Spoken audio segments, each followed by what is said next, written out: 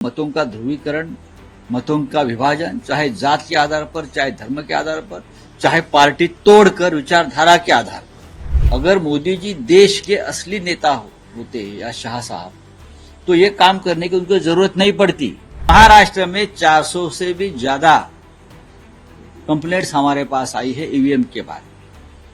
हम उस बारे में स्क्रूटिनी कर रहे हैं और बाद में क्या करना है देख लेंगे। ईवीएम एक बहुत बड़ा मुद्दा इस चुनाव में रहा, इसलिए हम इस बार कहते हैं कि ये जो निर्णय है वो आप रखिए, लेकिन महाराष्ट्र में आप ये चुनाव फिर एक बार लेकर मतपत्रिका बैलेट पर लीजिए।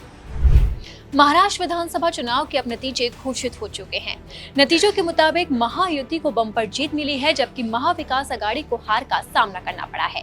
288 सीटों पर मतदान हुआ था, इसमें 230 सीटें जीतकर महायुति ने एक बार फिर से सत्ता में वापसी की है, जबकि विपक्ष को 50 सीटें भी हासिल नहीं हुई है। इन्हीं नतीजों के बाद ही राजनीतिक दलों की अलग अलग प्रतिक्रिया सामने आ रही है। जहाँ एक तरफ बीजेपी जीत से गदगद है, तो वहीं दूसरी तरफ विपक्ष बौखलाया हुआ है। इसी बीच संजय राउत ने हार का ठीकरा ईवीएम पर फोड़ा है। तो सबसे पहले आपको बताते हैं कि संजय राउत ने क्या कुछ कहा है। बहुमत के ताकत पर, बल पर वो किसी को भी मुख्यमंत्री बना सकते हैं और मोदी और शाह जी ने राजस्थान, मध्य प्रदेश में इस प्रकार का निर्णय लेकर दिखाया है। सर, बीजेपी ने कहा है कि एलओपी वो नहीं बने देंगे महाराष्ट्र में।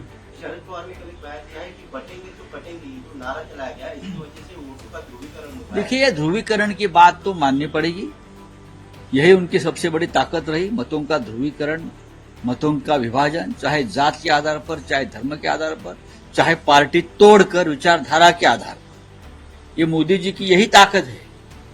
अगर मोदी जी देश के असली नेता होते या शाह साहब, तो ये काम करने की उनको जरूरत नहीं पड़ती। ये गंदगी जो है राजनीति में लाई है, ये खिचड़ फैलाने की उनको जरूरत नहीं पड़ती। अगर आप नेता है, लोग आपकी बात मानते हैं, तो उसको तोड़ो, उसको फोड़ो, उसको खरीद लो, ये जरूरत नहीं पड़ती। ये काम कभी पंडित नेहरू ने नहीं किया, इंदिरा गांधी जी ने नहीं किया, मनमोहन सिंह साहब ने नहीं किया। हाँ, ये काम जो ऐसे लोग करते हैं जो मन से राजनीति में भी कमजोर है और अपने पार्टी में भी कमजोर है।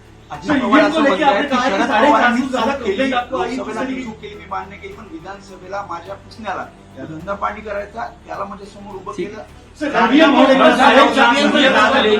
काफी सवाल महाराष्ट्र में 400 से भी ज्यादा कंप्लेंट्स हमारे पास आई है ईवीएम के बाद।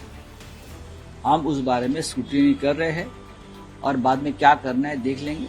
अभी हमारे नासिक के कैंडिडेट है, हमारे पार्टी के नहीं, उसके घर में, उसके फैमिली में एक साथ रहते हैं, लगभग 70 मेंबर है।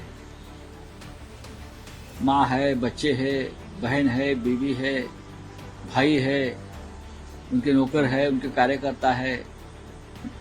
65 लोगों का एक फैमिली है, उनको 4 वोट पड़े हैं। ऐसा कैसा हो सकता है? ऐसी बहुत जगह से हमको कंप्लेंट्स आई है और ईवीएम एक बहुत बड़ा मुद्दा इस चुनाव में रहा, इसलिए हम इस बार कहते हैं कि ये जो निर्णय है वो आप रखिए, लेकिन महाराष्ट्र में आप ये चुनाव फिर एक बार लेकर मतपत्रिका बैलेट पर लीजिए और हमें दिखाइए कि हमारा फैसला ईवीएम का सही है।